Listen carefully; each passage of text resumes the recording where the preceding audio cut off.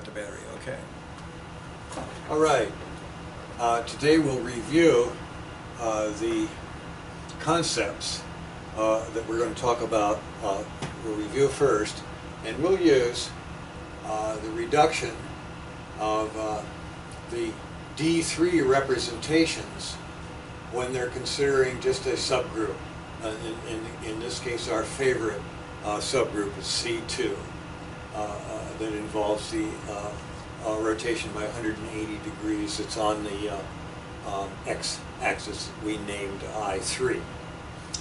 And with every process that takes the symmetry down to a lower one, in this case D3 down to C2, that's what the arrow is going to be indicating, and we'll talk more about that.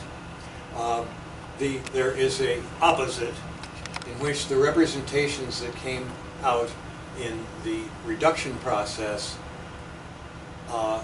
appear on this side and are raised. This is a representation of a subgroup, and it's going to be induced to a larger group who has representations that are indicated by these capital D's, and that's the standard notation for these representation matrices. But of course, I'm free to use any letter, uppercase or lowercase. I chose to use the lowercase to indicate the representations of the lesser group. Now that's one of the possible splittings that develop us the irreducible representations of the group D3. The other almost opposite possibility was to use the group C3, the subgroup C3 instead of C2, to develop what we call the correlations between the subgroup representations. And in the case that I took a representation alpha, as I had here, and split it out or subduced it to C3 into some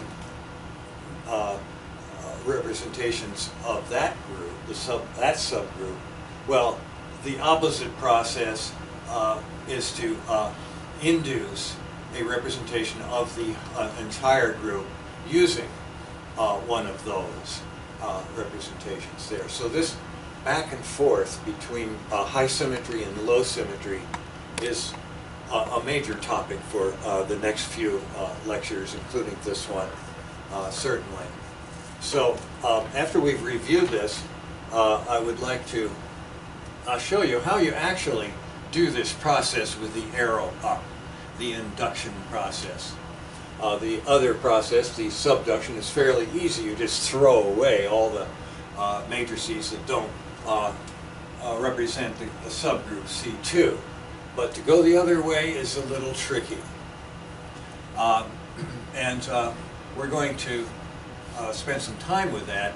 And then also, I mentioned just at the end of the previous lectures, this thing called the Frobenius reciprocity relationship between the down and the up process, between the subduction and the induction process.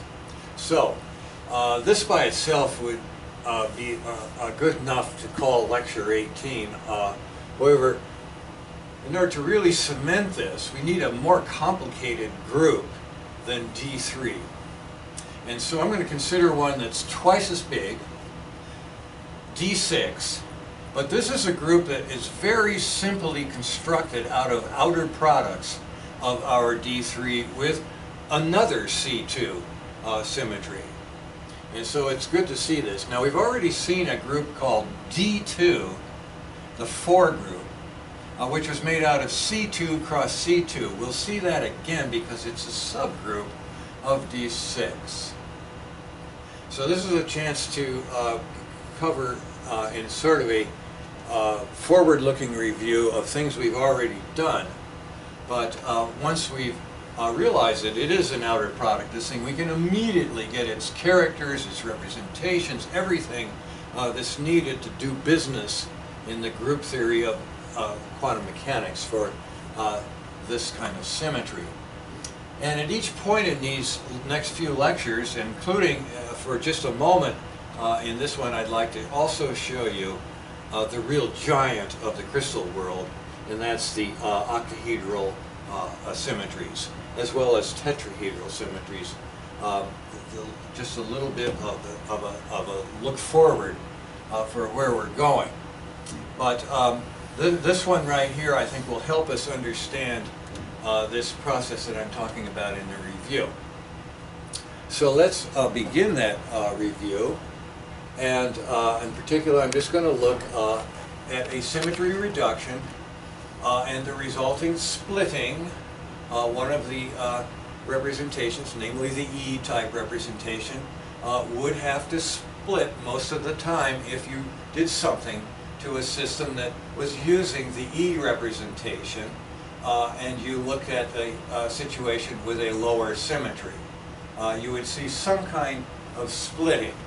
Well, when you write it this way, it's called a correlation, but I think it's better to use that name correlation when you actually have a correlation table. And I'm going to be showing those again here. So let's first of all look at the whole group zoo. We're going to be doing the giant D6H today, I hope. And we're going to look briefly at a couple of these in the cubic system, the cubic tetrahedral system. But this one right here, as I said, contains this one as a subgroup. The D6H contains D6, contains D3. There's our C2 subgroup chain. It's associated with D3 greater than C2. DT contains C2. And we want to look at the effect of reducing the symmetry from a nice threefold propeller to something that's only has the ability to be turned around the x-axis. So this is a B-type symmetry breaking. This is a symmetry breaking to bilateral symmetry. Bilateral, in this case, an appropriate name for it. And here's this notation, a subduced representation of that bilateral symmetry. So that's what we need to get a little bit more feeling about then. And later I will mention, but we won't do this again. Remember, these two groups are the same mathematically speaking. C3V, C3 with vertical planes, a pyramid-like thing. Looks like a paper glider, but with 3 equal wings. It can also be reduced to a C2-like group. CV is the name given for just a single reflection symmetry. So if one of those wings got bigger or something, that would be equivalent to reducing the symmetry to CV.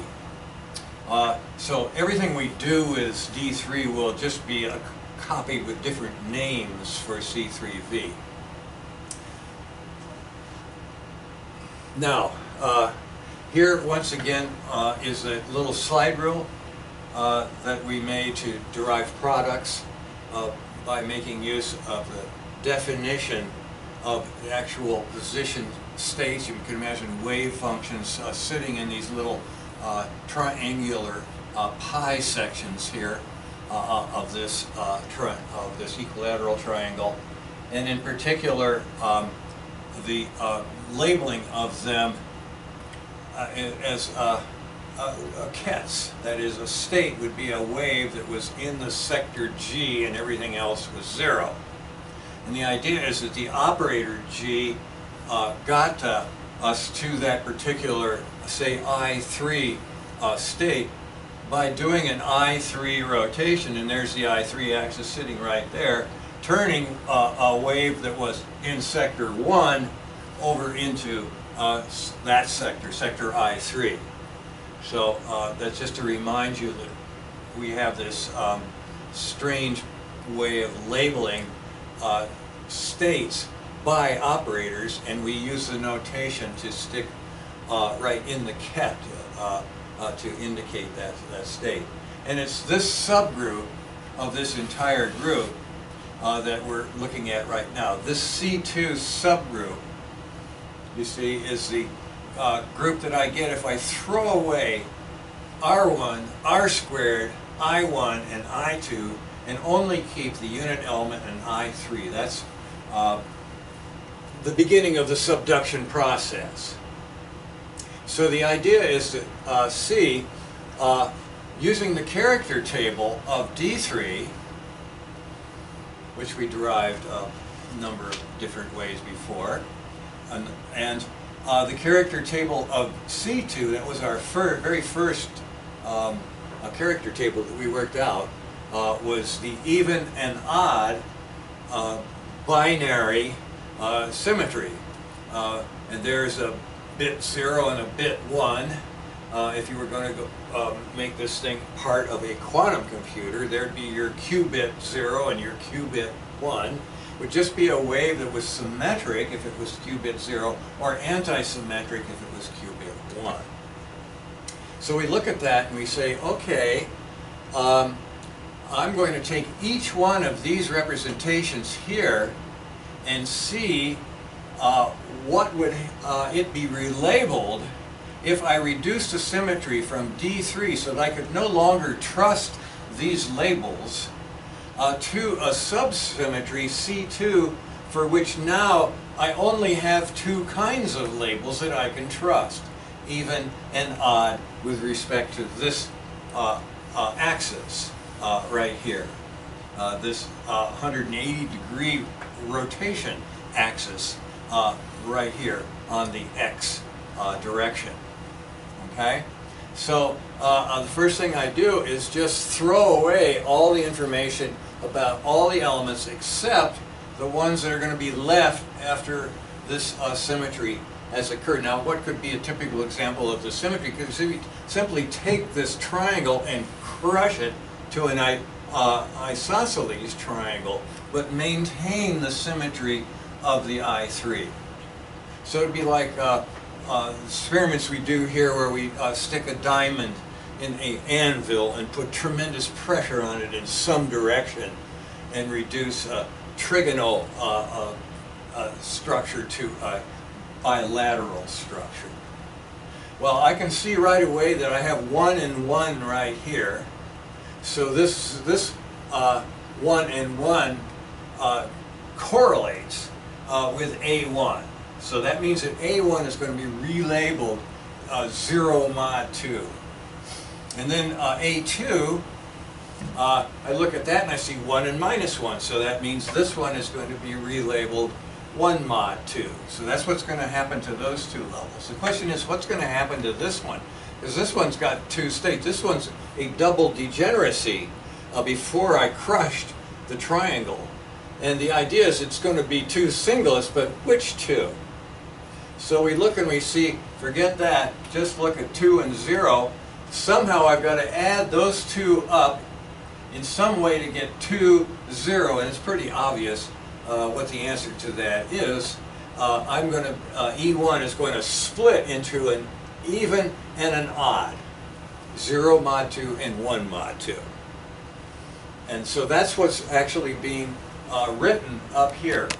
A1 correlates under the reduction to C2 to 0 mod 2 representation. So this representation right here of the group is simply equal to that one. Really, that's, you don't need a squiggly thing here to be mathematically correct if you were thinking of matrix representations.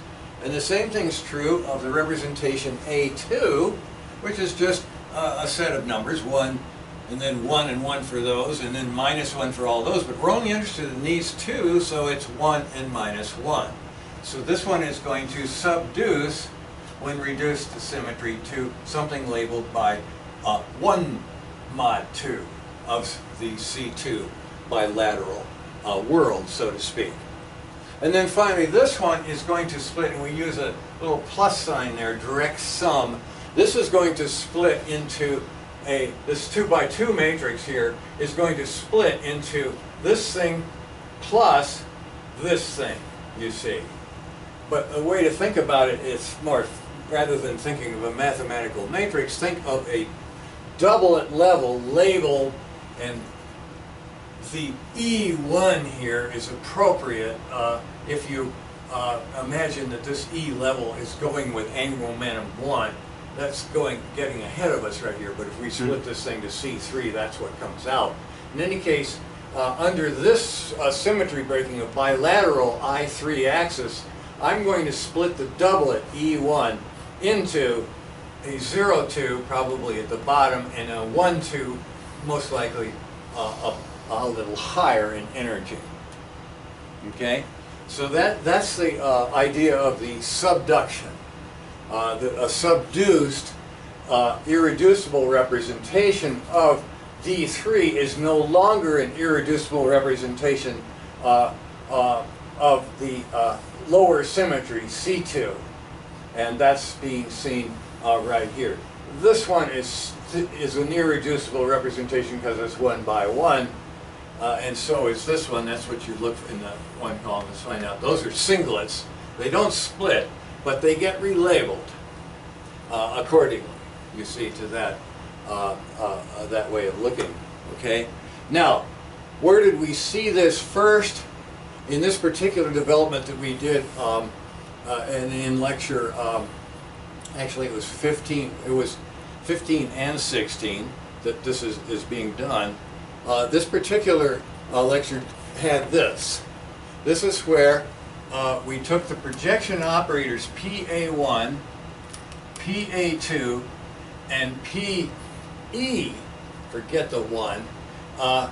Those were the 3 all commuting projectors for the D3 center, the D3 all commuting class sum algebra.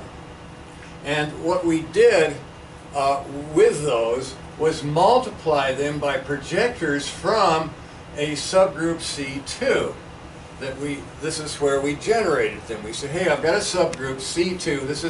This is it right here. I'm going to demand that out of all these 6 elements, these 2 be diagonal in our irreducible representation scheme for the group D3. So that means that I take the projection operators P even plus P odd, which is equal to 1. That means I can multiply this by 1 and multiply this by 1 and this by 1 and get the irreducible projectors. These guys were already irreducible before, so there's not going to be any sums here. It's just going to have to pick 0 mod 2 for the first correlation right there, and it's going to pick A2 sub 1, 2, and I write it twice because it really is part of a matrix. It's just that it doesn't have any off-diagonal components, but it is labeled with 1, 2, just like this correlation table is saying here. You say, this one's saying 0, 2, this one's saying 1, 2, and this one's saying, hey, both of them are going to work this time.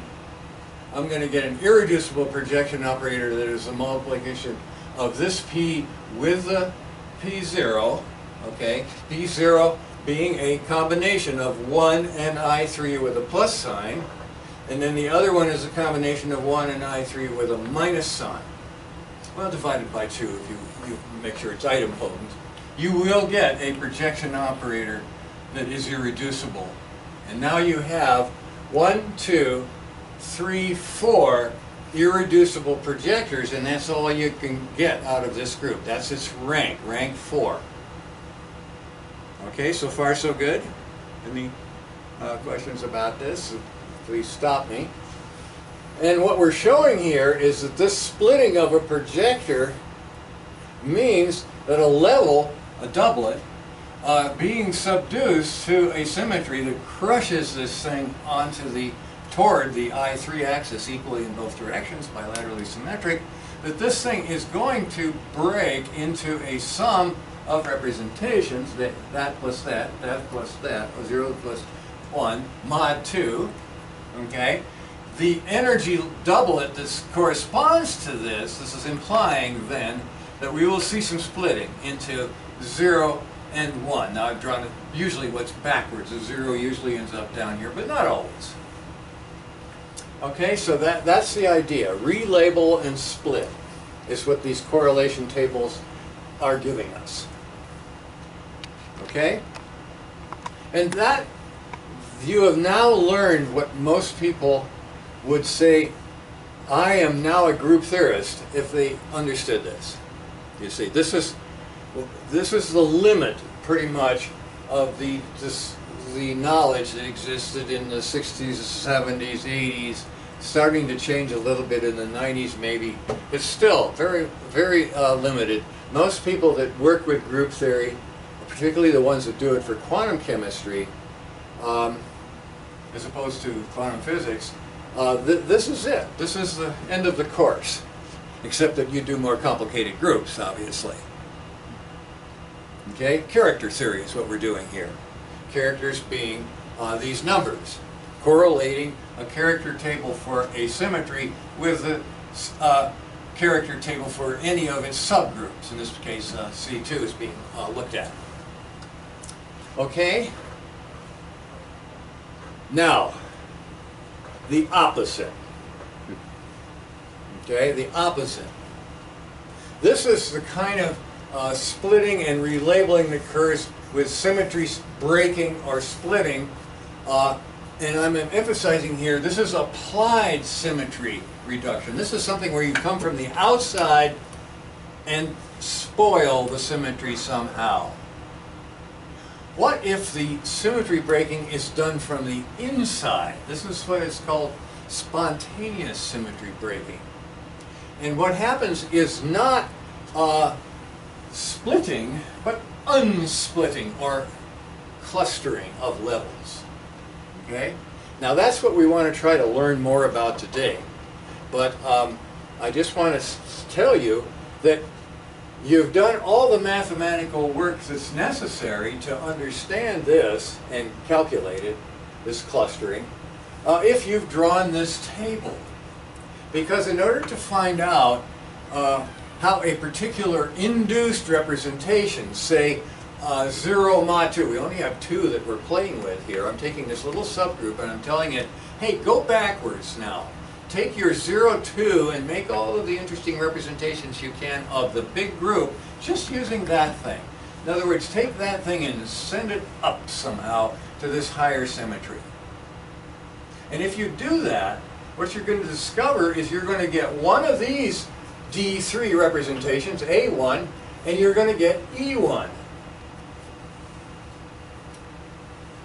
That takes a little bit of thinking. How did that come about?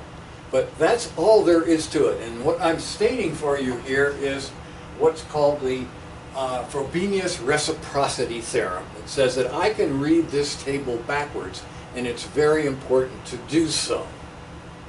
So this representation will induce, and going to D3, these particular combinations, A2 plus E1. So we'll get an A1 plus E1 out of this induction. We'll get an A2 plus E1 out of this induction right here. So reading it backwards is this opposite process. And these levels will be, in general, clustering, be very close in cases where the local symmetry is really strong. So that's the idea, is that spontaneous symmetry breaking is when symmetry breaking corresponds to you getting stuck in a incredibly symmetric thing, but you finally can't even communicate with the other things that are like it. It is really a magical process, a process that we owe our existence to. It is really important. It's how classical mechanics emerges from quantum. The birth of a classical entity requires this this sort of behavior. Okay? Now, the C2 is not the only subgroup. The other one is C3. Okay, so let's just go through this again, but with symmetry reduction and splitting. Now, where I take the irreducible representation of D3, instead of subducing it to C2, I subduce it to C3. There is only one C3, so I don't have to say which one in this this particular case. Okay, and then once we've gotten some representations in a correlation table, we can go backwards with it as well. So this is going to be C-type symmetry reduction or thing. We're going to reduce this group so that only one R1 and R2, somehow we're going to put wings on each one of these things pointing in the right-hand direction or the left-hand direction, whichever, it doesn't matter. As soon as I make it so I don't get to use this operator or this one, only these 120 plus and minus operators. If that's all I have as a symmetry, that is what you would get if I put a symmetry with some modes and rotated it, that, say to the right. Or I put a magnetic field out of the board here with B field to the right. If I unbalance the magnetic field, I would do this circular, complex, Coriolis, chiral type of symmetry breaking, which we talked about when we talked about U2 subgroups. Anyway, this is a trigonal subgroup. Now, C3. Instead of breaking the D3 down to C2, we're going to break it to a little bit higher symmetry, C3 symmetry. And C3V could have the same thing done to it as well. And the results are very similar. They're just a slightly different notation. Okay? So here's the situation. Now, I'm only interested in what's left of my symmetry after I put the magnetic field or the chirality to this object from the outside, you see. So we're going to get results like what we got up here, but of course different because we're not using this anymore, we're using this one. Okay? Now let's remind ourselves of what the quantum computer symmetry group would be. What kind of bits would I have? Would I have 0 and 1? Well, yes, you would, but not quite the same thing. Here I'd have 0 plus 1 and minus 1.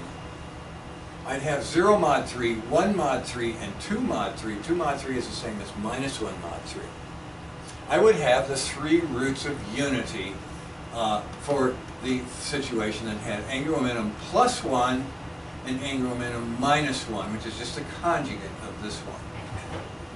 And I didn't write it here, but epsilon is e to the minus 2 pi I over 3. E to the minus 2 pi I over 3. This is the epsilon down here, and this is the epsilon star that we talked about last time when we showed this splitting of due to C3. Okay? All right.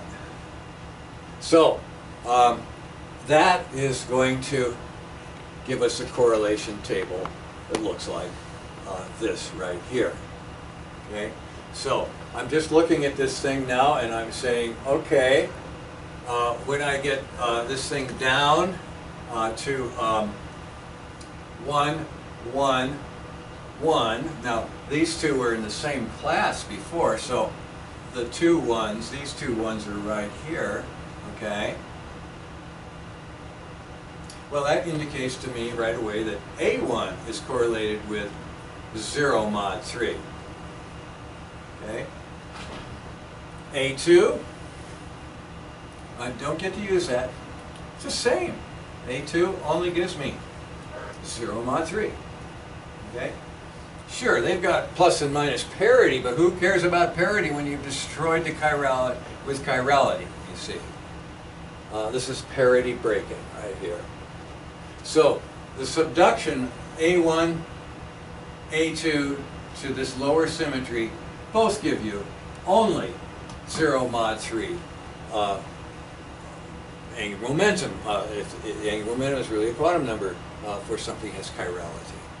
Okay? Now, the tough one is this one. Okay? What am I going to do here? I could get 2 here by adding these 2. Or 2 of these. That's not going to work. Okay? I could say this one plus that one, or this one, but that doesn't work very well. I've got a complex number here, a real number here. But if you remember how these are deployed, the little diagram we just looked at, over there, a sum of epsilon and epsilon star, okay, let's go over here one more time, a sum of this epsilon and this epsilon star, okay, is a vector sticking out right here. That is, it's minus a half plus minus a half, it's minus 1. Okay? Just what the doctor ordered, minus 1. Remember, this doesn't play any role at all. So I see right away that this plus this is what we're going to see in a splitting. Okay? We're going to see that guy plus that guy. This guy plus this guy. Okay, so that's the subduction of an irreducible representation that's now reducible, and it reduces to 1, 3 plus 2, 3. These are still irreducible representations. They were always, because they're 1 by 1. Okay, so that makes sense? And then when we looked at this before, when we were building projectors of the green type, we didn't have to do anything differently, really, to make the projectors. We already had these projectors right here. They were equal to the projectors in the center. They don't change. And they're both labeled the same way, 0 mod 3. Okay, as far as this group, C3, is concerned. Okay? But this one split. Okay? PE1 was a sum of PE1 plus PE1 times, respectively, P13 and P minus 13, modulo 3. Which we would indicate with subindices that show that kind of splitting into 1 mod 3 and minus 1 mod 3, or 2 mod 3. Okay? So here's the representation block diagonalizing. That's just a mathematical matrix notation, the direct sum indicating that they're on different levels, both horizontally and vertically. This is the actual energy splitting right here. We're going to Zeeman split this level of angular momentum 1, and that's where the 1 comes in as a sub-index in standard notation for the E's. It does not mean even or odd like the C2 designation thing. And that's the trouble with group theoretical notation, and that's what turned off people like Feynman and Schrodinger and others that really dislike this type of mathematics. But in any case, once you get used to that, in fact, there's some really elegant notations for those three things that we'll look at later on in the course. They're called Young tableaus, and they are absolutely beautifully powerful. In any case, here is the splitting of the projector. Here's this subduction of a matrix into direct sums, and here is a splitting that is implied, and that's what this is supposed to mean here, implies a splitting of a doublet level. This time not into plus and minus parity, but into chiral left and right, depending on if the magnetic field or the rotation was this way, then the low energy state would be the one that goes with it. So that would be this one. It would be again switched like we switched up here. This one really belongs down there if I was hitting it with right hand. But if I was hitting it with left-handed, then it would be like it is shown here. Minus 1 would be the favored chirality as far as energy goes. So here's your subduction of that particular level written out in the notation that we'll have to get used to as we talk about the matrices, the actual matrix representations. Now, of course, don't forget there's the other side to this. Read the table backwards. This spontaneous symmetry breaking or clustering that's going to result here is going to be putting us with a doublet here. That is, we're going to see odd and even things in an induced representation, and that induced representation will be two-dimensional because this particular subgroup cuts the group in half. And here's another two-dimensional induced representation. It happens to be the irreducible representation of D3. So this is a case where an induced representation done by a subgroup yields an irreducible representation. And for a long time, that was pretty much the job of the induction. The induction was to find representations of bigger groups. And here we got irreducible representation coming out by doing an induction process using a subgroup C3. That's a wonderful mathematical task, and that is, as I say, is beyond what most people that do character theory would have learned. But the Frobenius reciprocity theorem says, yeah, you get that information too by reading this very simple table, this one or this one, backwards. Now we have to see why that causes the unsplitting. You see, the applied symmetry breaking here and here causes splitting. The spontaneous symmetry breaking, the going to prison in a local area causes you to have more levels, the higher degeneracy with lower symmetry. We got to get, that's a very difficult idea that we need to start learning today, I hope. Okay, now, here's what we're going to do. We're going to look at a mathematical way of building an induced representation. And we're going to build that, and then we're going ahead and we're going to say, hey, I'd like to do a D3 projection on that representation just to see what irreducible representations of D3 it contains. And that's when we'll discover a really simple proof to the Frobenius reciprocity theorem. So this is a really key point of group theory for our way of going at things. Here's where we get the local symmetry and the global symmetry to play nice with each other.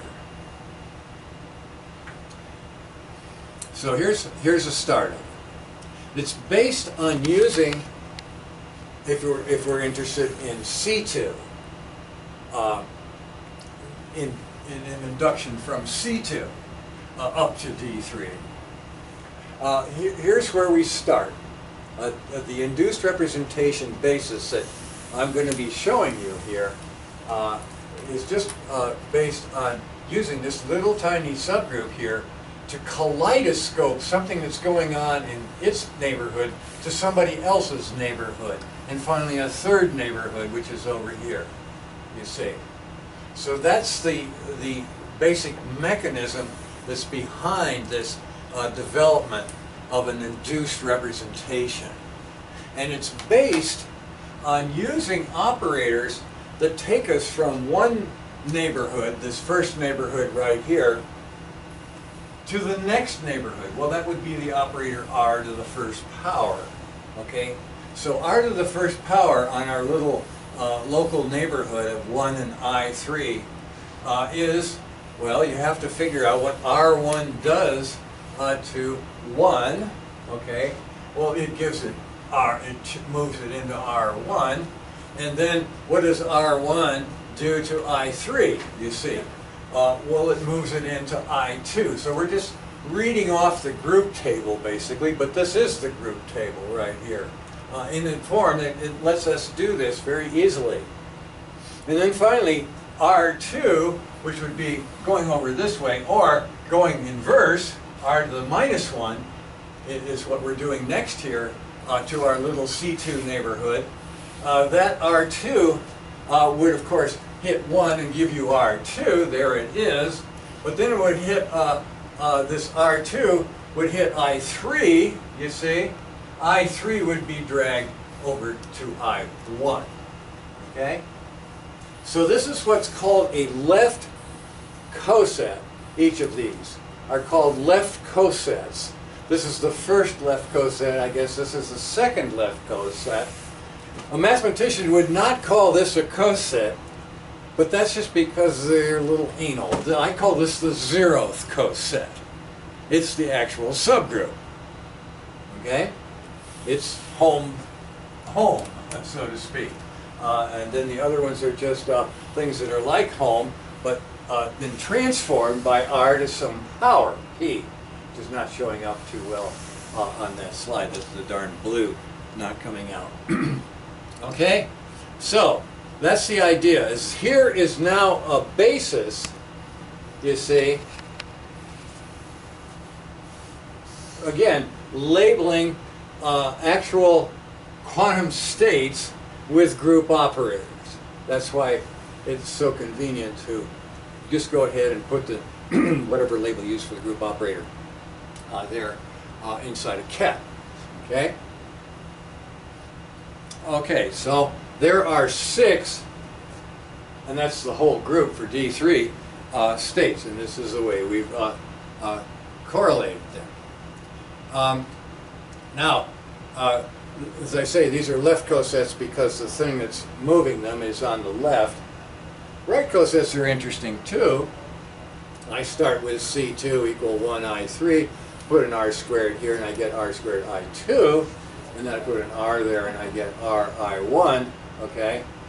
Well, I've done it in just such a way, this is everything inverse. All these are inverse elements associated with this. So R squared goes to R, I1 goes to I1, I2 goes to I2, R1 goes to R inverse 1, okay? And of course, those are the same, right? So that's good if you're making bras. So here's the bra basis for an induced representation. And it's an induced representation for the whole group. It's just exactly the representation that we started with. It's called the regular representation. This is its basis of states labeled by the 6 elements of the group, 6-dimensional space. Okay? Now, here's some projectors that we would like to apply to each of these bras, and I say kets and bras. Okay? We're going to split those into coset sums. I make an even splitting, the thing we call X. I make an odd splitting, the thing we call Y. We mean 1 mod 2, or odd parity, and this is even parity, okay, with respect to our favorite subgroup, 1I3, the one that's home base, so to speak, for this. So what I'm going to do is I'm going to apply the projection operator first to this coset, okay. I have 1 plus or minus I3 by applying it just to 1. And if I apply it to the bra, I get 1 plus or minus I3 again, I3 inverse, but I3 inverse is itself, so that is no problem. Okay. Now I want to do the full projection of this to make a basis. Okay. So here it is. We had what we had before. I'm going to call that the first basis. It's going to be R0. It's going to be this whole neighborhood, but even or odd, you see. I'm going to have plus or minus possibility. That's n modulo 2. I can 0 modulo 2, or I can 1 modulo 2. So I have some n, either 0 or 1, representation, odd or even representation of C2 is making me a representation basis for D3. But it's only a 3 by 3 representation that I'm getting here. And basically what we're doing is we're building with this one with a plus sign, 0 mod 2, okay? I'm building the 0 mod 2 induced to D3. What I'm doing is building a sigma bond set for a trigonal molecule, really. Starting with this one, and while I'm at it, I'm also building the pi bond. That's where I take anti-symmetric things and rotate them around to the various positions, you see. So this is physically what we're up to here, is building orbitals if you're in the molecular business, which I kind of am. And here's the other one where I just simply did it with a state that was rotated by 120 degree rotation. And then here's the original symmetric one rotated by 120 degrees. So that's the second basis for this induced representation. Here's the second basis for this one. 1 to induced to D3. There's the pi set over in the neighborhood associated with r to the first power. And then there's r to the second power, or r inverse, okay, operating on the plus or the minus. The minus is the pi bond. This is a sigma bond. Sigma, S, and P, Greek manifestations of the S, P, D, F, and all that we talked about before. Okay, so here are the actual bases for a induced representation, and you can put them all together and make a 3x3 representation by taking linear combinations of those three things. There I'm just showing them all sitting there making an A1. Here I'm showing them all sitting there making an A2, which is one of the states of the induced representation that we have here. Now,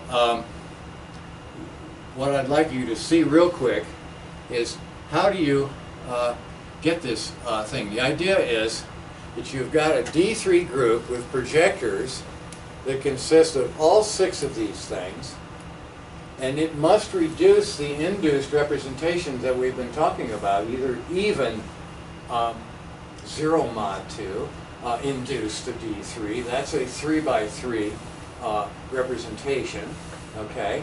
And it's going to be reduced by these projectors, you see, and that's getting at the Frobenius reciprocity theorem right there. Which of these 6 are going to survive doing a projection on the bases, say ket bases, of 0 mod 2? And then what's going to happen with 1 mod 2, the odd pi?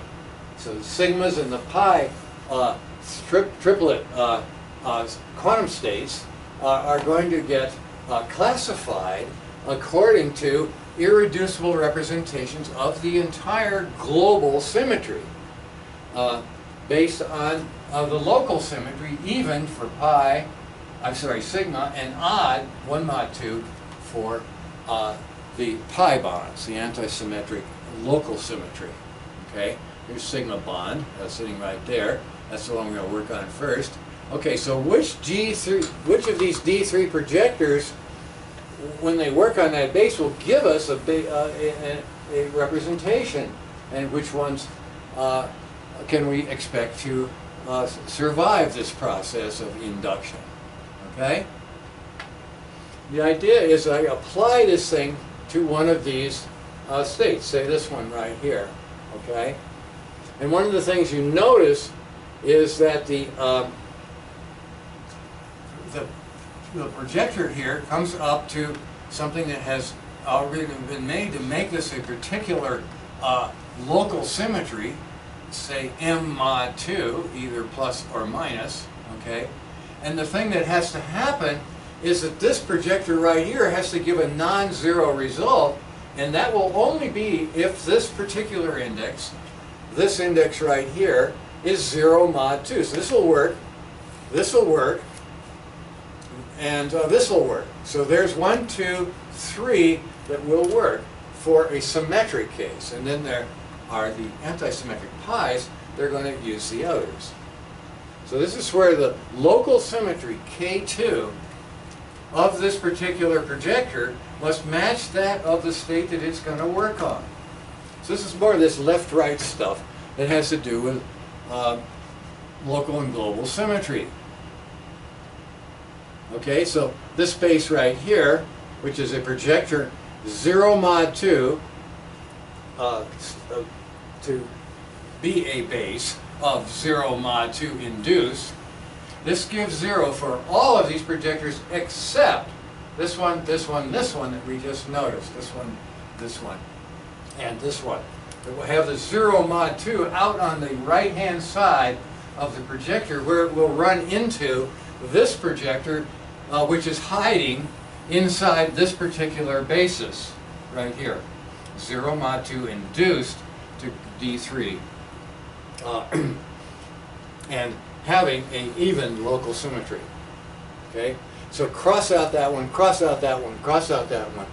That's what we're going to get from this one. That's all it's going to get. These are discarded. It was 0. Okay? So what we're going to do is we're going to get the X-band of that system that we studied before. Those are the first three levels of the X-band levels are the first three. One of them is degenerate, the other one is singlet, A1, XX, and here's YX, and here's XX. They all have to have X on their local symmetry. They're all symmetric locally. But globally, this one is also symmetric globally. I can reflect this. Okay, we're coming back from a break in memory switch. The thing that's important to understand is what it's like to break a symmetry, either this symmetry, either to this by crushing, so that only elements that are still symmetry is the obvious one. One's always still a symmetry. It doesn't do anything. But this element right here is still a symmetry if I crush that triangle. I still can flip it over, and it looks the same. But I can't flip a triangle like that with this one and put it up there is where it will wind up, right? It'll look very different. So this one and this one are thrown out, and all that's left is I3 and 1. Now if I put a magnetic field on there, then I lose all of those. What is the purpose of subducing a group? What is our purpose? Why do we?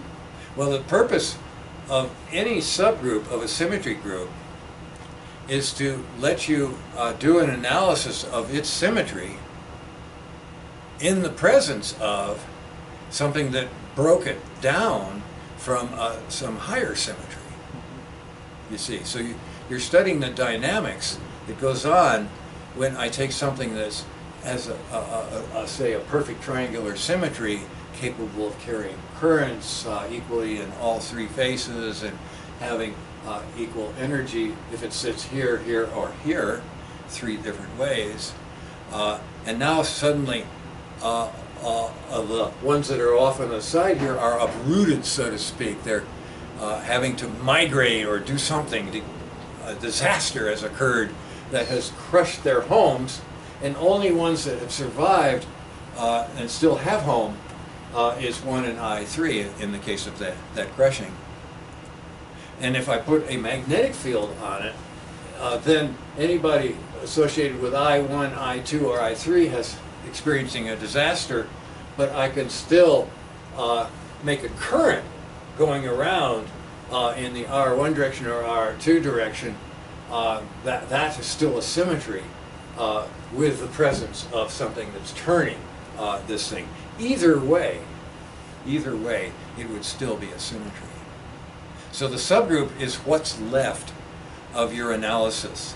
If you had already done a D3 analysis, you would know the representations A1, A2, and E1 appear some, maybe hundreds of times in some spectra of the system.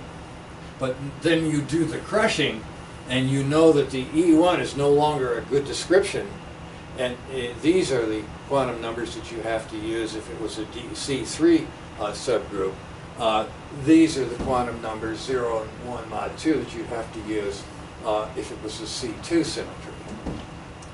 So that's the idea of the subgroups, is that they're what's left after you've done something from the outside. This is applied symmetry reduction, the kind of symmetry reduction that most people are familiar with, feel comfortable with, because it's something you do in a laboratory very easily in many situations. This would be a stark like symmetry if I were to put an electric field in this direction.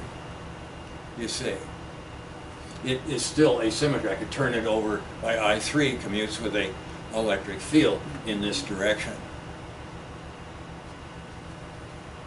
Thinking internally, when you ionize a molecule, sometimes it'll flex. Well, that's true. That's change you know, its very symmetry. advanced, as what we call the Ion-Teller shifting or the Teller-Hertzberg shifting due to the removal of something that's holding it together, right? Okay, or just excited it a little bit, and it may reconfigure. That would be an internal. This would be more like this kind of symmetry breaking. Okay, what we're talking about is the more clumsy type that you do, you know, in your laboratory. The other one has to, you have to do some, you have to have the molecule do the job for you, you see. It's an inside job, as they say, in what do you call it, crime and justice or whatever. An inside job is when the, you know, crooks in the bank, so to speak. Okay, so I don't know if this helps, but the idea is this is a really simple example in which there are only two kinds of subgroups. There are three C2s, and I could have picked, you know, I could have gone this way or I could have gone that way, right? They're equivalent.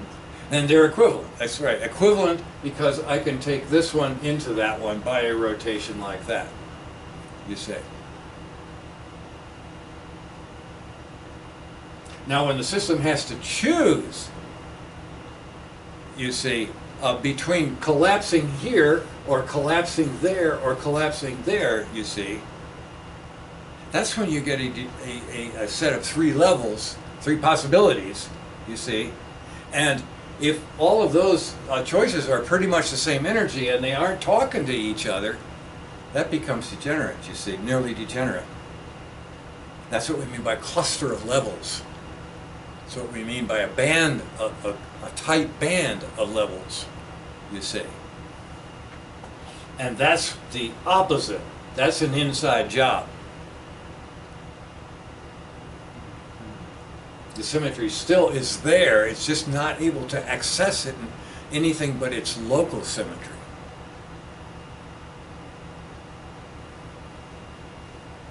So let's go ahead here where we took the break, just to review the sets of states that we're talking about have a mathematical name called cosets, left or right, depending on whether you're talking about Ketz or Braz. And then the D3 projection on that set of 6 states splits the 6 number in exactly half.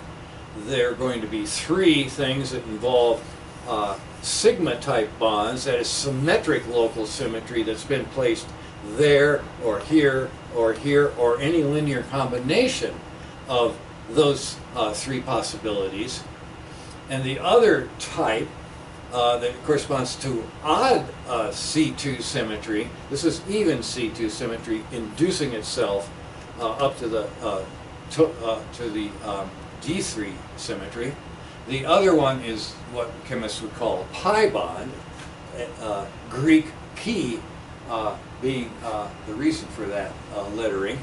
And there are going to be 3 of them, you see. And they're going to span the induced representation.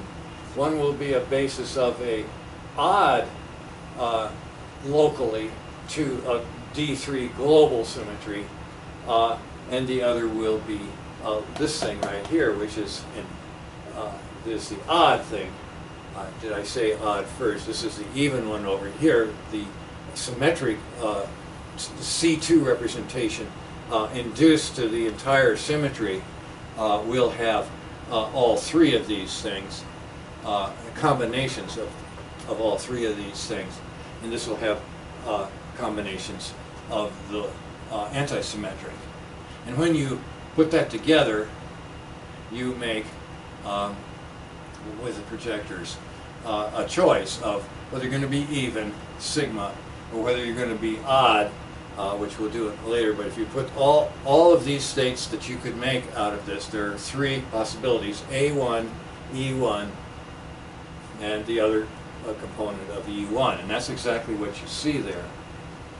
Then, here's the rest of it. There are the pi. That's the pi multiplet of 3. what we would call the Y band, you see. And so all of these have X local symmetry, symmetric local symmetry. The one that's down there is obvious, very symmetric, both globally and locally. These all have Y local symmetry, and there's a E-type with an X and a Y global, and there's an A2 type that only has Y globally. So those are the things we looked at before, and they're categorized by local symmetry and anti-symmetry.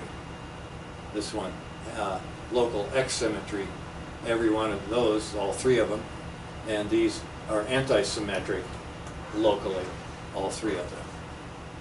So this is the inside and outside of a symmetry analysis, sort of in one place. Okay, now this is this theorem. If you see it in some textbooks on solid-state physics, we'll go into it. But it's mostly a mathematical game for a long time, anyway. I'm going to show you how that game changed so that the induced representation and the reciprocity theorem became really important for physicists. The number of the D3 representations, and we're talking about G being D3 in our examples so far, the number of the representations, irreducible representations that you'll find if you take a local symmetry K and induce, this would be C2 for the example we were just studying, I induce to the group D3, I get 3 states, okay? And the question is, how many irreducible representations E will you find in this manifold of 3? Well, it can only be 1 because it's only, so I'll take 1 there. And then the question is, what about A1 and A2? Well, A1 gets to choose. If this was an even one, it's A2 if it's an odd one. And that's the idea, is that the number of the big D in a little d induced to the big group symmetry is equal to the number of these, the little guys, in a subduction of the irreducible representation that's associated with the big group. Say this was E here. So this is saying you can read the correlation table backwards and the numbers will be correct.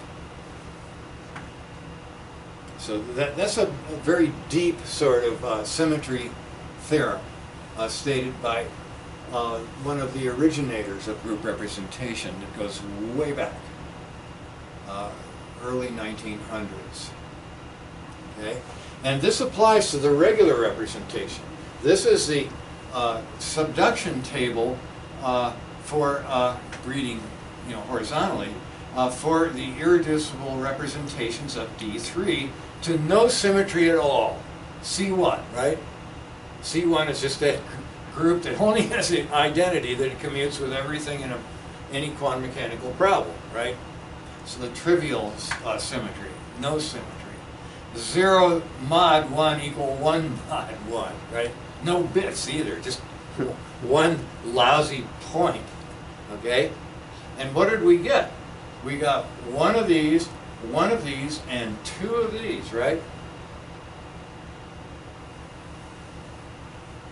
That made 6. That was the sum of 2 squared plus 1 squared plus 1 squared is the order of this group, D3. Okay? It applies to the regular representation, this thing, but also all the other induced representations that you can make, and we've shown 2 major types here that work. So this is to a C2, this is to a C3 subgroup, and there's always a C1 subgroup. One should not ignore it either. Okay. Well, unless you can think of a question that takes me back, I'm going to go forward. But if you do, stop me. We're on the separatrix right now, you see, of this course, right? And We can gain energy going this way, we can gain energy going that way, we can also climb a little bit, but we're going to gain energy going down for a little bit. Because I want to show you D6. Okay, it's got some real structure, and I want to show you an animation that has its induced representations appearing very clearly. So what we're going to be talking about is D6 with a subgroup D2 and then a sub-subgroup C2. That's our chain. And then we're going to show you that D3 cross C2 gives you that for no extra work. Basically, you just write the irreducible representations and characters, and correlations are fairly easy to get as well. So let's go and look at this monster. D6 is right here.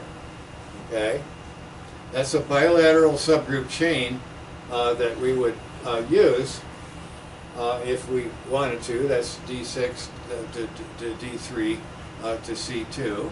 Okay, D6H is another cross product away from this one, so we can do that one too, but let's keep things as small as possible for beginning here. Okay, we'll do this one later. D6H, D6, D3, C2. Okay, so there's the whole hexagonal chain that is usually used, and that we'll be deciding in a later lecture. But here is the group. It consists of 6 potential barriers, if you will. They're just sketched on there. I'll say some words about that sketch. It's a little misleading, but we'll get to that in a minute. Basically, D3, which is our old friend here, 1R, R squared, I1, I2, and I3. Those are all there. There's I3, okay, right on the x-axis, the way it was before. Okay, but perpendicular to the x-axis, we have a J3. That's the y-axis. We didn't have anything on the y-axis with the D3 group, so this is fleshing out the space a little better than the D3 does. Okay, and so for every barrier there is an I1, I2, and I3. Okay, they're sitting on the barriers, those axes, and then right in the center of the wells are the J's. Okay, where do those come from? How do we correlate all of those 180-degree rotations that are around the peripheral part of this with, and now we've got a rotation by 60 degrees. And we had a rotation of 120 before. Now we've got one of 60. So a subgroup D3 is definitely in here, and we're going to make use of it.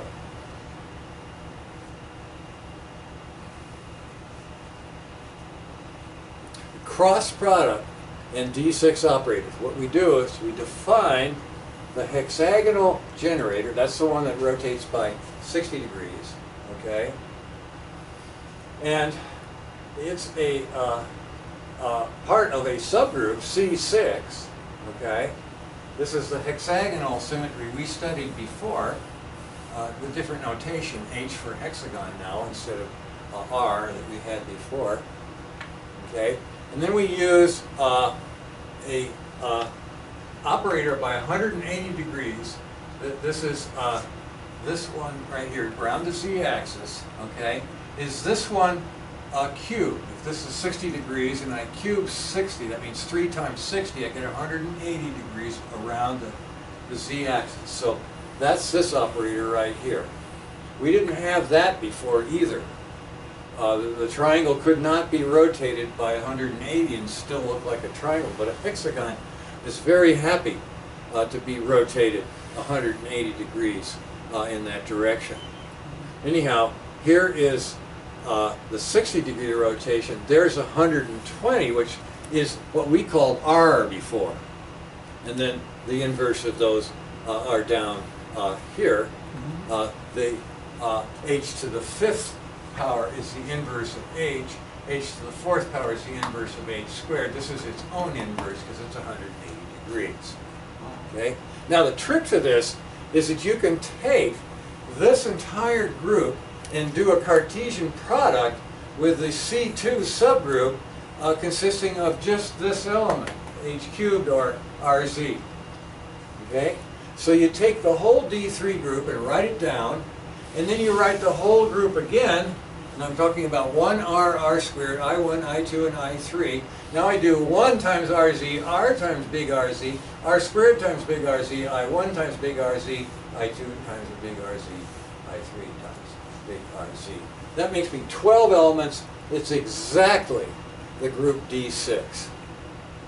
That's cool, because that means I can write down the irreducible representations for this thing immediately.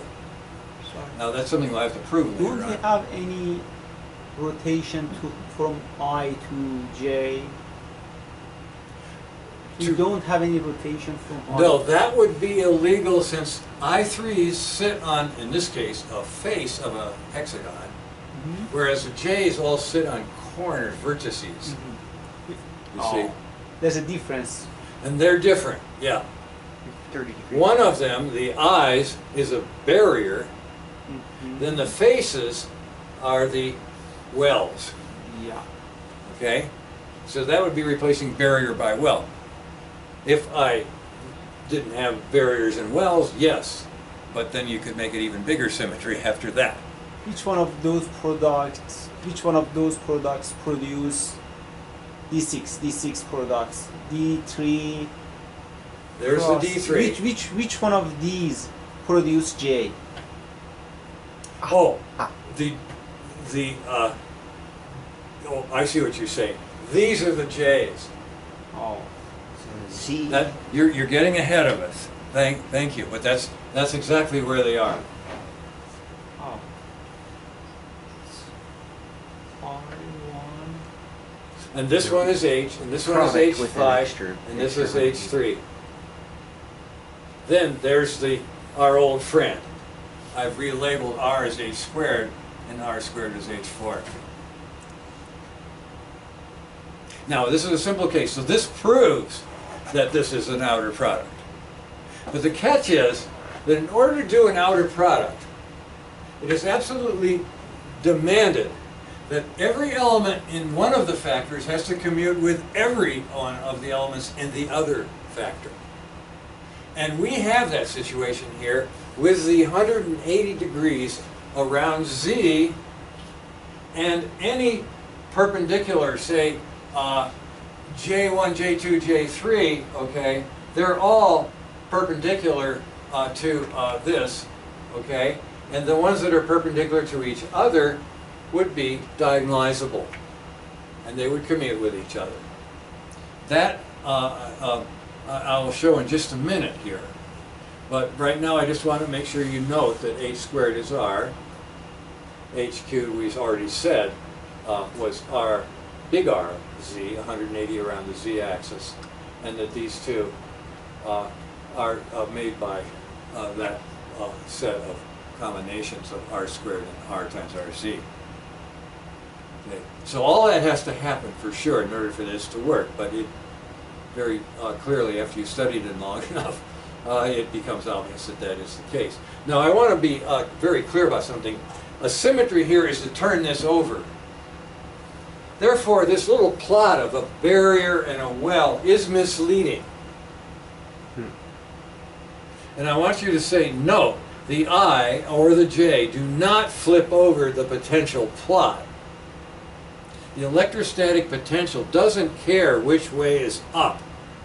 Wells remain wells and barriers remain barriers under any overturning or flip of this thing. So we put this plot on there just to indicate which are barriers and which are wells. But we're not talking about a gravitational field, so the particle is not going to fall out if I turn it over. It's feeling of repulsion here and attraction here, and it's all within this ring.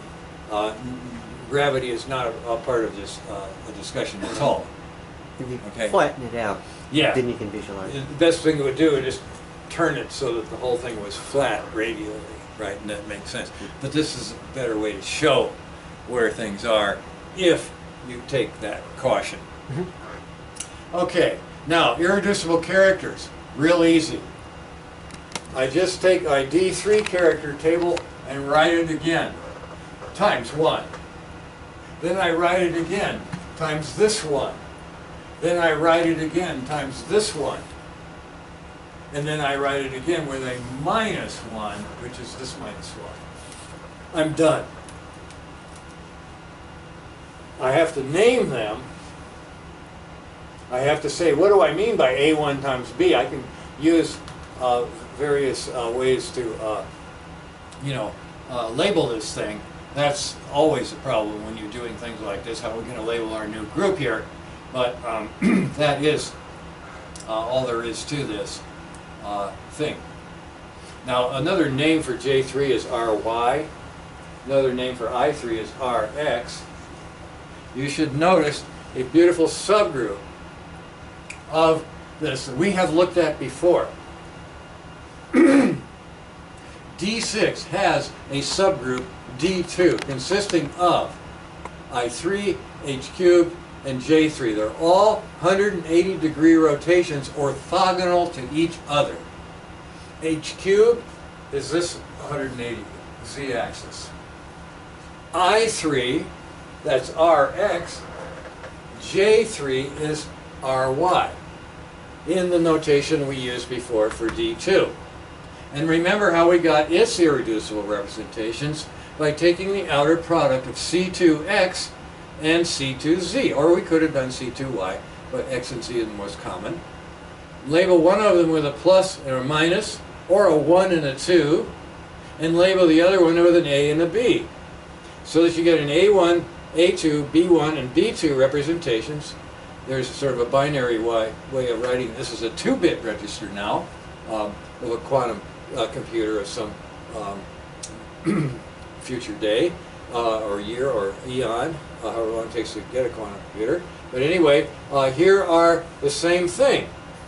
This character table here being rewritten 3 times with plus 1s that are located here, here, and here, and then with a minus 1 located right there. Okay? So, just wanted to show you this subgroup of this group. It's not an obvious one in any sense until you get used to the 180-degree rotation commutativity that this has. Okay? So here is the character table with all the numbers put in, and the labeling. Now we got to talk about the labeling. That's the thing that you always have to do, and people are not careful with this at all. So we're going to try to be as careful as possible. We're going to let the x rotation, I3, before, okay, it's going to determine whether it's in 1 or a 2 in a subscript of the A's and the B's. Now, E's are weird because they're both. So we're really just looking here and seeing that I have an A1 with a plus sign and A2 with a minus 1. And when I get to the B's, I see a 1 for a plus and a 2 for a minus. Okay? So this is the kind of thing you have to do when you get somebody else's literature and his character table. You have to say, well, what's he labeling the 1s and 2s with, parodies with, okay? Now, we're going to let the unit translation, that is the 60-degree hexagonal rotation, determine whether you have an A or a B. And then the P will be determined by this one, okay? So I look up here and I see these are all A's, for 1. These are all B's. That means back and forth as you go with this unit translation. The phase will go back and forth for the B's. It'll stay always the same for the A's. I mentioned this before, but now it's beginning, I hope, to be a good mnemonic for this way of labeling these things. It works over here too. Okay? And let's see if there's anything else. So also does this hexagonal 180-degree Z rotation, this one right here. They both help us in that sense. This class and this class have the same designations for A's and B's. And then they get mixed up a little bit on that. We'll see that in a minute, how we handle that. Okay, so that's characters. Here's your reduced representations. Same thing. You take our table of D3s, you copy it here with a +1, you copy it here with a +1, and then here with a minus. Okay? So every one of these matrices has been made a minus here. But it's the same set here and here. This is called E2. We'll get familiar with that later. This is called E1. This is, the 1 stands for vector. That is angular momentum 1 if I were to circular polarize this thing. This is angular momentum 2. This is tensor. Then these things are pseudo, or scalar pseudo, and pseudo scale. I mean, all kinds of funny names can be given to these things, but we've already cataloged these, and I'll do it again here just a moment. X rotation, okay, determines 1 or 2, 1 versus 2 on the A's and the B's, okay, but it also helps you a little bit on the states inside the E's, okay. Same thing here. I look and I just look and see that's an A-like thing, that's a B-like thing, this is a 1 thing, that's a 2, this is a 1, that's a 2, okay. So we'll come back to this later on, but I just want to make you aware that there are easy ways to make sense of the labels that have been put on these things. The flip J3 is just a product, you see. Either that or that, they're commute, right? So you see, if I take this thing right here times this thing right here, I get this thing right here. It's odd, even gives me odd, right? Even gives me even, and so forth down the line. Okay. All right. Now, as I said before, we're letting the X rotation, X flip determine the 1s and 2s, okay? This is going to go and give us a correlation table like this. A1, okay? And if I'm taking the word of thing, that number 1 there gives me an even. That number 2 gives me an odd. This one gives me both. So does this one. This one right here with a 1 gives me an even. With a 2 gives me an odd. That's my correlation table for doing the symmetry reduction from D6 to C2 of the I3 subgroup. Well, that means that the induced representation of the symmetric one of the I3 is going to give me a band like that. It's going to have an E1 in it, it's going to have an E2 in it, it's going to have an A1 and a B1. And then this one's going to do a similar thing, also E1 and E2, but now it's going to be A2 and B2. Whereas this one was A1 and B1. We're going to see what that means, I hope, before we're done here. Okay?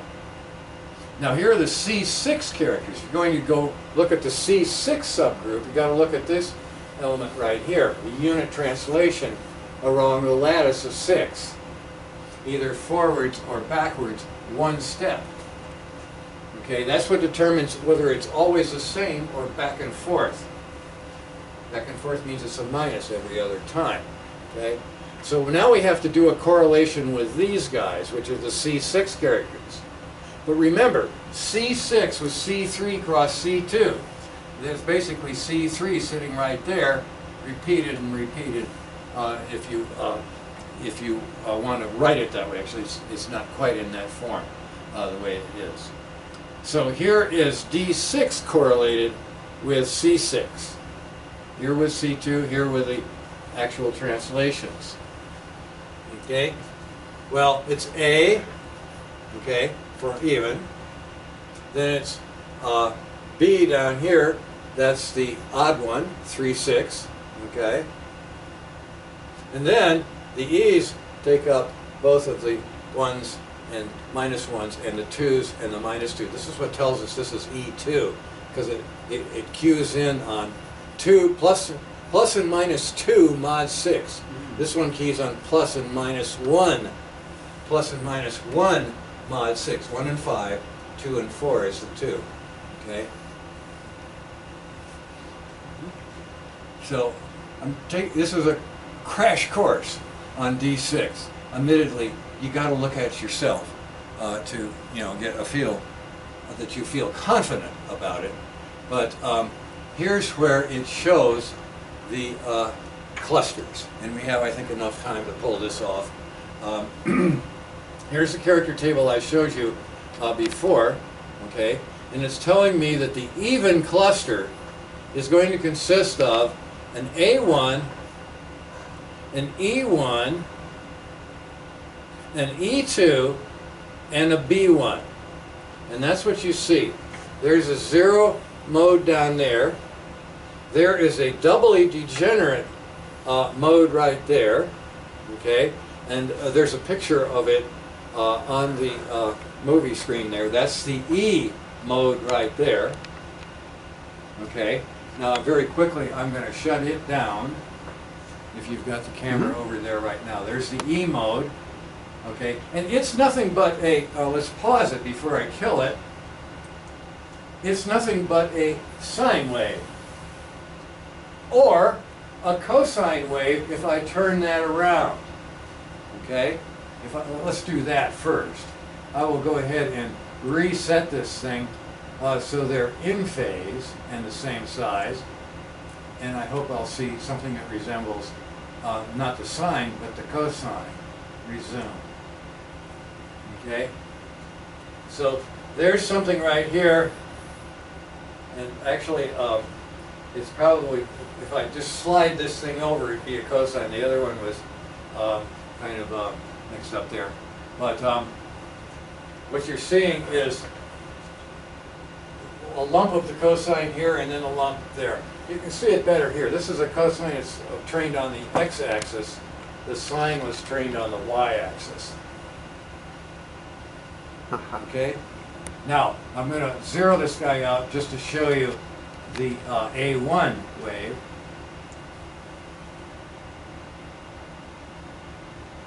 Okay, that's pretty obvious. Always the same. And symmetric in each well.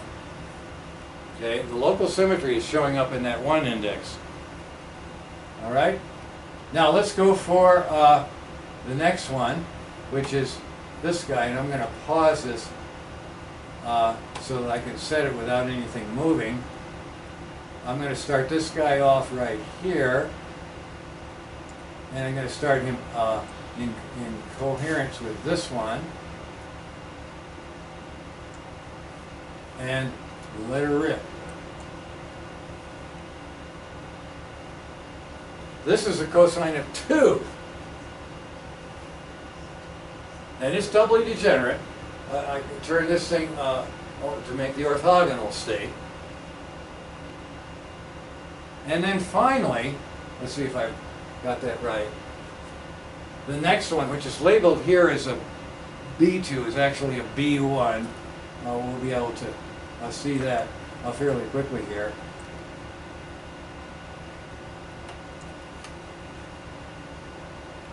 And that's because I have interchanged the barriers with the wells. But in any case, this is a situation where we have nodes inside the barriers, and then an anti-symmetric back and forth. You see if I can get myself synced here.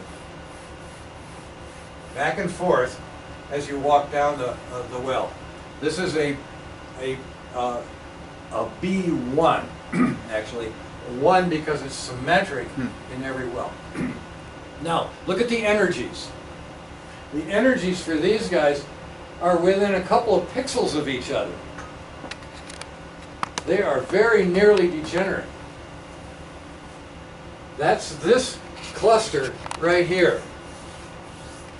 The next cluster is coming. It's this one, which is also close to each other, but we're near the top now. So local symmetry is not being respected terribly well by these. But they're in that order. This one is going A1, E1, E2, B1, and this would be B2 by our definition over there. Okay? And then you count backwards, E2, E1, and A2. Okay?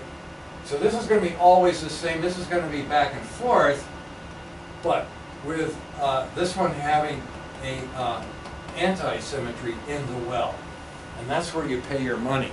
You pay your money for the nodes that you have inside a well.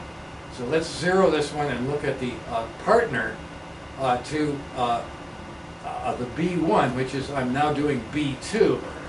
Pay no attention to the labeling I have there.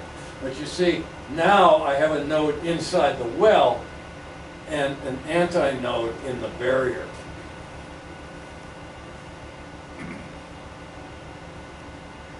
And all of these things have that characteristic of local anti-symmetry.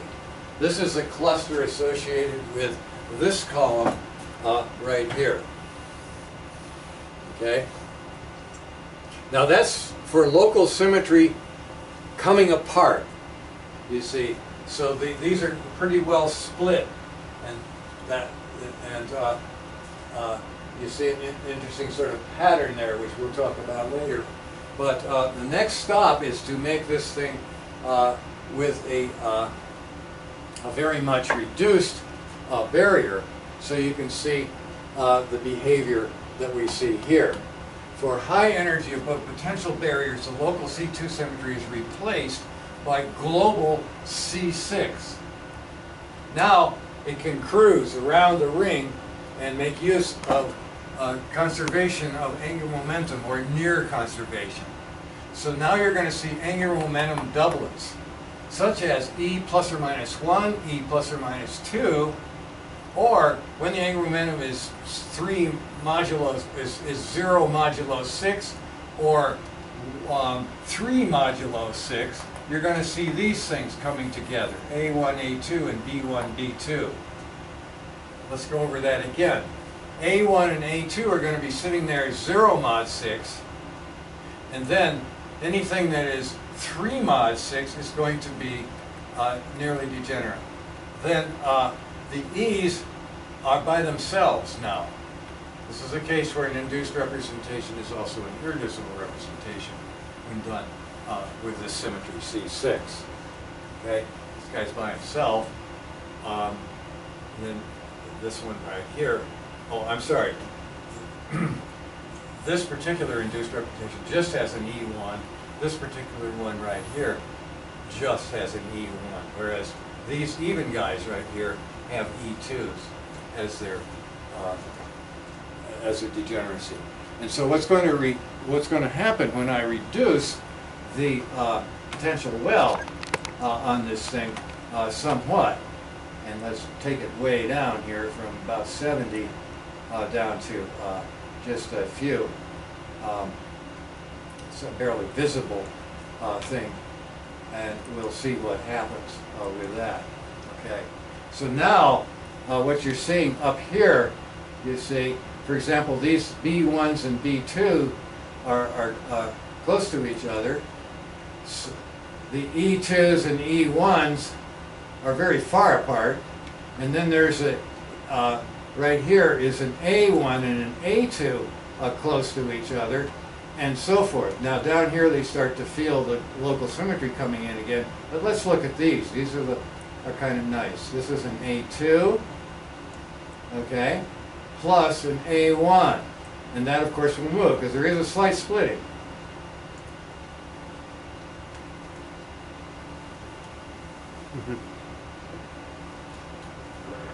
You could see a gallop. There it is. Galloping wave. Okay?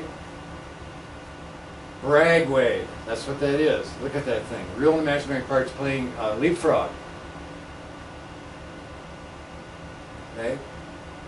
And finally, it's morphing into a moving wave. Okay? So here's a moving wave state that won't be there for long. Now it's going to start feeling some Bragg reflection because these are different frequencies, slightly. It's a cluster. It's feeling a little bit of local symmetry. It's sort of sad, left Talon, didn't write back to a mother. It's saying, well, maybe I ought to turn around and go back. There's the Bragg reflection right there. Now it's going to come toward me, right to left. Start galloping. So there's your Bragg reflection going on with these A1, A2, and B1, B2 levels. Now the E's kind of do their thing. They're practically, I mean, they are degenerates. They're not in a cluster. They are just irreducible representations of the symmetry, and that's all there is to it. Feeling C6, local symmetry.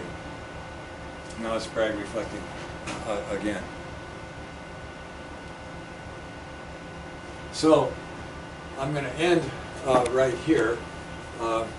This is just a picture of one band that has an energy, which isn't shown here, but these all belong together, this one, and this one. And this is a big break here. This is a magnification of the structure within the cluster, you see. You go way up there and get another one that's more like this thing, where the splitting is significantly marked. So this is all stuff we'll study later on, but I just wanted you to get a feeling for why it is we talk about local symmetry of this C6 type that has this table when you look at it backwards, and local symmetry is C2. So this is internal. Local symmetry, due to deep potentials and very little tunneling between the barriers, then they become tight bands, like tight clusters. So that's something we'll be dealing with later on. Here's another example of that with a barrier that's big enough to make a pretty tight cluster there, sort of a loosey one right there. And then they just start to make, basically you can think of this as a band and that is a gap. And the gap here is considerably larger than the band, so local symmetry is being favored. Here they're kind of getting about equal. There's a gap right there that's about the same size as the band, okay? And then up here the bands get real spread out and the gaps start to come back together again.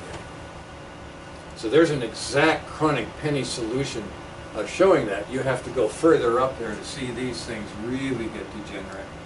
But you know, finally you've got to have Bohr spectrum when you get up there, which is just singlet, doublet, doublet, doublet, doublet, doublet, doublet forever and ever. But it's counting whenever you get to 3 mod 6 and start to have a B-type representation in your in your analysis of the local symmetry. Okay, well, this is the next monsters, but we'll wait till next time to talk about the enormous symmetries by comparison, the octahedral and tetrahedral are going to do all of this stuff too, but in a way that you would never visualize without, I think, the symmetry analysis that we're going to be showing. Okay.